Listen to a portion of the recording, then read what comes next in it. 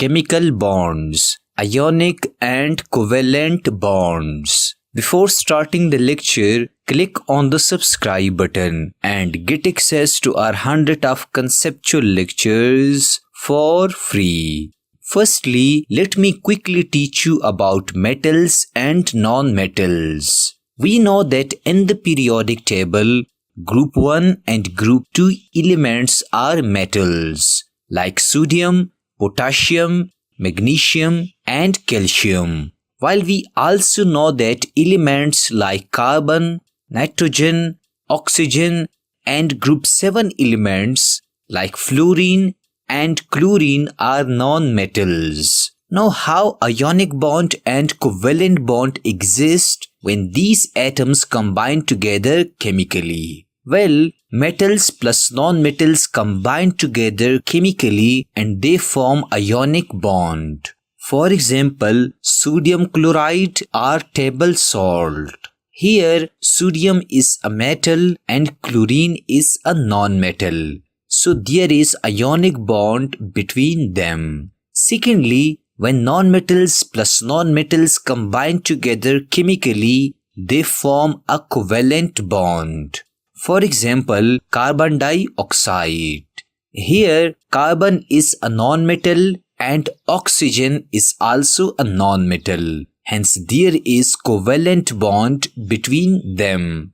Thus, remember that ionic bond forms between metals and non-metals, while covalent bond forms between non-metals. Now, what is ionic bond or how we define ionic bond? Well, chemical bond which is formed due to complete transfer of electrons from one atom to other atom is called ionic bond. Note it down that metals having low ionization energy always lose electron or electrons, while non-metals having high ionization energy gain electron or electrons. For example, consider the formation of sodium chloride. Here, in this ionic compound, sodium is metal and chlorine is non-metal. The total number of electrons in the sodium atom is 11.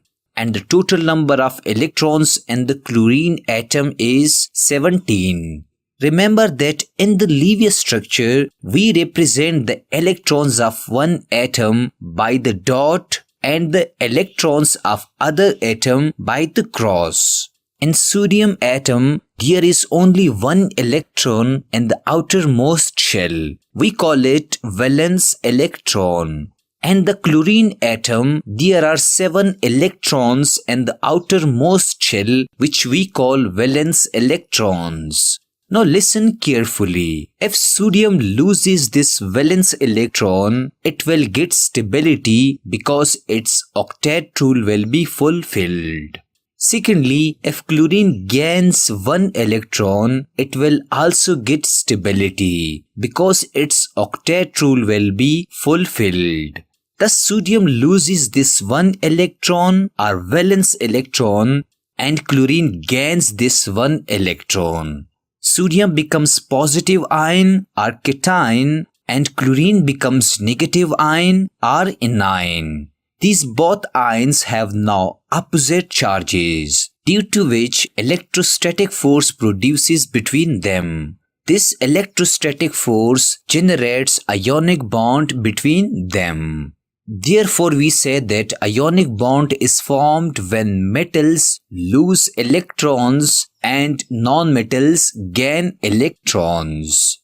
Now, what is covalent bond or how we define covalent bond? Well, when 2 or more atoms join together by mutual sharing of electrons is called covalent bond. For example, consider the formation of oxygen gas. Here, let me write one oxygen atom and another oxygen atom. We know that the total number of electrons in single oxygen atom is 8.